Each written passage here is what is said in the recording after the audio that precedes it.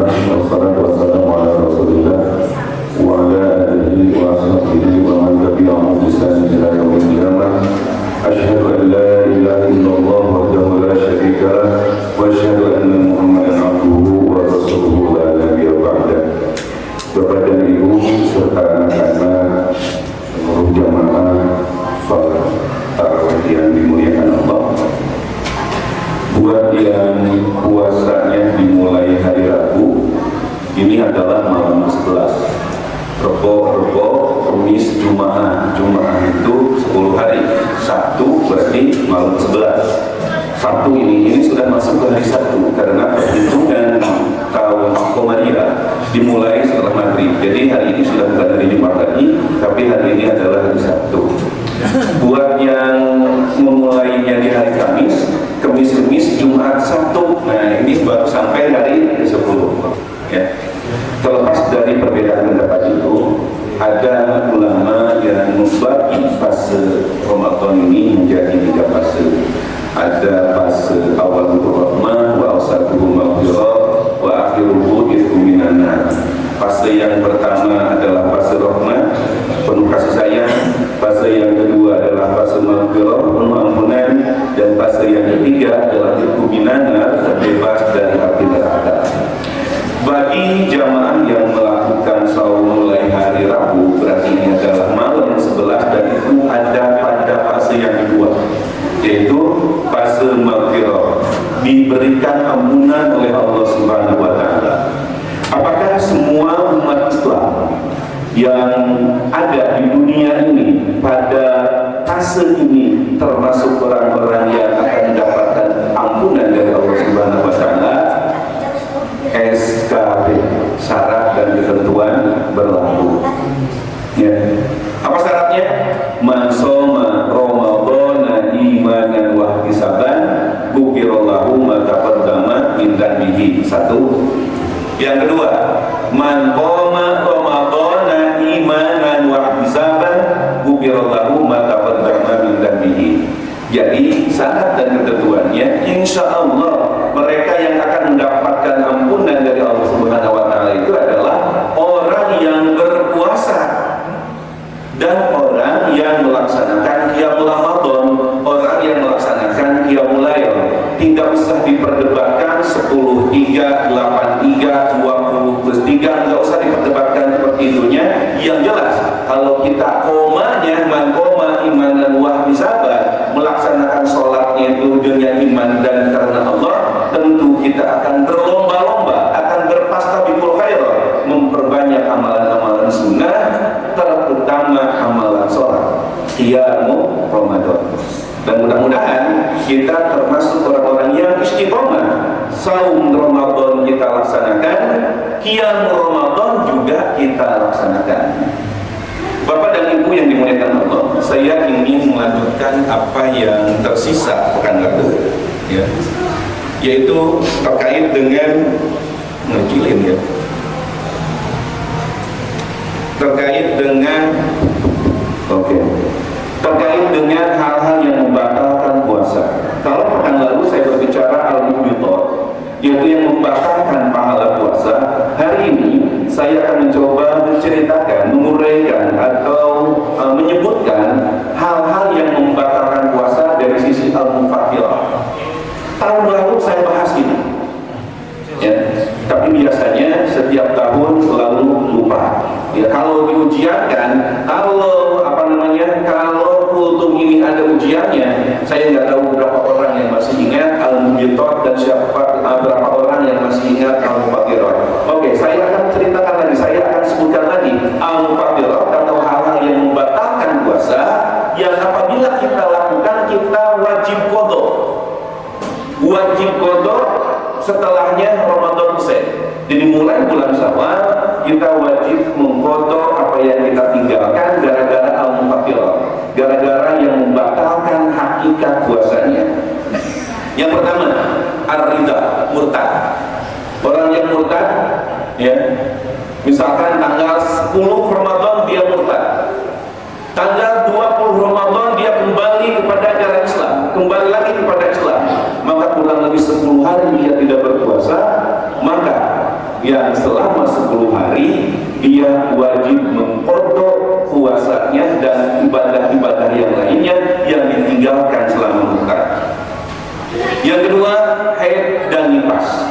Orang yang kena haid dan nifas, awas ya, batal puasanya, bahkan haram melakukan puasa dan wajib diqadha di bulan-bulan berikutnya. Tapi bapak dan ibu, wabil khusus ibu-ibu, bapak-bapak yang ibunya tidak datang ke masjid ini, kita harus paham dulu dengan darah haid, karena tidak setiap darah yang keluar dari farji perempuan itu adalah haid. Ya, haid itu, darah haid itu bisa dilihat dari segi warnanya, dari segi kuat ringannya, dari segi bau dan tidak baunya. Yang warnanya kuat itu disebut sebagai warna haid. Kalau warnanya lemah itu darah istihadhah. Kalau yang pekat, yang kental itu darah haid. Kalau yang encer itu bukan darah haid. Kalau yang bau itu darah haid. Kalau yang tidak bau itu bukan darah haid. Ya. Sehingga apabila ada sebuah pertanyaan, seorang perempuan keluar darah selama 20 hari, kira-kira yang termasuk darah haid berapa hari? Boleh dijawab, tapi bukan kuis karena saya nggak bawa uang untuk hadiahnya. Berapa hari? Kalau ada kalau ada perempuan haid 20 hari, haidnya berapa hari? Paling sedikit haid itu sehari semalam, yang biasa 6-7 hari, yang paling lama 15 hari. Berarti kalau ada perempuan haid 20 hari, yang haid berapa hari? Rata-rata orang menjawab 15 hari. Padahal tidak demikian rumusnya. Kalau misalkan di hari yang pertama, oke, kita sebutkan dulu warna haid. Warna haid itu ada warna hitam, itu yang paling kuat. Ada yang warna merah, ada yang merah muda, ada yang warna kuning, dan ada warna keruh. 5 warna darah haid. Kalau di hari pertama dia keluar darahnya coklat, padahal yang biasa dia keluar darah itu adalah merah misalkan, nggak pernah keluar darah hitam, ya, dia keluar darah yang merah, maka yang disebut darah haid apabila sudah keluar darah merah. Plek bukan darah haid. Jangan mengklaim bahwa plek itu adalah haid, sehingga ketika kita ngeplek ketika ibu-ibu ngeplek masih wajib sholat, masih wajib puasa. Ilmu tentang haid ini masih harus kita gali bersama. Bapak-bapak kudu karunya ke ibu-ibu bisi kegermah kurang perempuan itu ibadahnya tambah-tambah didiskon lagi dengan ketidaktahuan. Insya Allah suatu saat nanti di kajian ibu-ibu kita akan bahas perkawis ya, terkait tentang mustahadhah, orang-orang yang istihadhah, yang kurang lebih ada 7 golongan. Setidaknya kita berada di dalam posisi mu'tadah mumayyizah, orang yang telah terbiasa haid dan bisa membedakan mana darah haid dan mana bukan darah haid. Barangkali di antara ibu-ibu sekalian, apalagi bapak-bapak, saya yakin paling banyak adalah mu'tadah ghairu mumayyizah, orang yang telah terbiasa haid tapi tidak bisa membedakan yang mana darah haid dan yang mana bukan darah haid.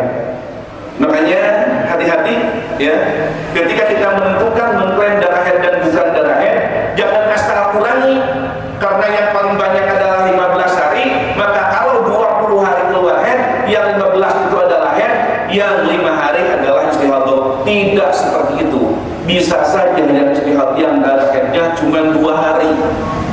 Dengan catatan terakumulasi darah yang keluar selama 20 hari itu apabila dihitung, apabila dikumpulkan, keluarnya selama 24 jam. Kudu belajar hitung lagi terkait masalah haid ya. Yang kedua, yang membatalkan puasa yang wajib qadha di kemudian hari itu adalah gila. Tapi gila kambuhan, bukan gila permanen. Kalau yang gila permanen tidak wajib qadha, tidak wajib fidyah. Makanya kalau bapak-bapak mau tidak wajib qadha dan tidak wajib fidyah, beradalah di posisi yang ketiga, yang gila permanen. Naudzubillah.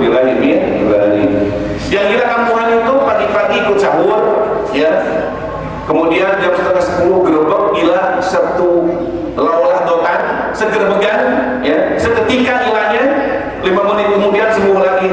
Tak puasa apa tak? Wajib dari kemudian hari, ya. Tapi lain dibuat-buat, bukan acting gilanya. Dekau tinggal warteg, makin motor gas dok, mau kasih sih, so kadang-kadang kan so tak padahal temennya, tapi kasih sih kata kencadui, ya. Nah, mun eta mah gilo ada. Nah, eta ulah ya, nggak boleh seperti itu, ya. Yang keempat, mabuk atau pingsan. Orang yang mabuk, orang yang pingsan, walaulah total sama, walaupun seketika, ya, maka itu pun membatalkan puasanya. Suatu ketika nanti harus dikodok, ya. Kemudian jima, melakukan hubungan seks, melakukan hubungan suami istri di siang hari, dan ini tentu ada kifaratul uzma, tapi syarat dan ketentuan berlaku. Tidak semua orang yang melakukan hubungan seks di bulan Ramadan siang hari kena kifaratul uzma, kifarat yang sangat besar. Yang pertama, memerdekakan nafas hayat. Jika tidak ada, maka berpuasa 2 bulan berturut-turut. Apabila tidak ada, memberikan makanan kepada fakir miskin, ya. Nah, bagi orang yang berzina tidak ada kifaratul uzma, ya. Orang yang melakukan hubungan seks bukan suami istri tidak terkena kifaratul uzma yang salah satu dari yang tiga tadi. Tapi apa? Ada siksaan atau ada hukuman yang lebih besar dari itu. Apabila yang berjimanya, yang berzinahnya orang yang pernah melakukan hubungan seks secara halal, maka dirajam sampai mati. Apabila yang melakukan hubungan seksnya itu, yang berzina itu orang yang belum pernah melakukan hubungan seks secara halal, maka didera 100 kali dan diasingkan selama 1 tahun atau dipenjara selama 1 tahun, ya. Dan yang terakhir yang termasuk membatalkan puasa itu adalah duhulu ainin ala jauhin, masuknya benda-benda kepada jauh, ya, manfaat maftuh, akses dari luar yang bisa menyambungkan ke rongga perut, ya. Nah, di sini disebut bahwa yang disebut manfaat maftuh, ya, akses luar yang bisa menyambungkan sampai ke rongga perut adalah hidung, telinga, mulut, kubul dan dubur, ya. Keterusan belakang dan keterusan depan, ya. Kalau mata tidak termasuk manfaat maftuh. Jadi kalau kita memasukkan sesuatu bukan ke hidung, bukan ke telinga, bukan ke mulut, bukan ke kubul dan bukan ke dubur, itu tidak membatalkan puasa, ya. Suntik, infus tidak membatalkan puasa karena suntik dan infus tidak melalui manfaat maftuh. Saya sebetulnya masih pengen banyak berbicara tentang manfaat maftuh, ya, biar kita lebih paham lebih dalam lagi terkait dengan hal-hal yang membatalkan puasa yang harus kita foto di kemudian hari. Tetapi kita dibatasi dengan kuliah 7 menit dan mudah-mudahan bukan kulitus 7 menit, marah-marah selama 7 menit. Wassalamualaikum warahmatullahi wabarakatuh.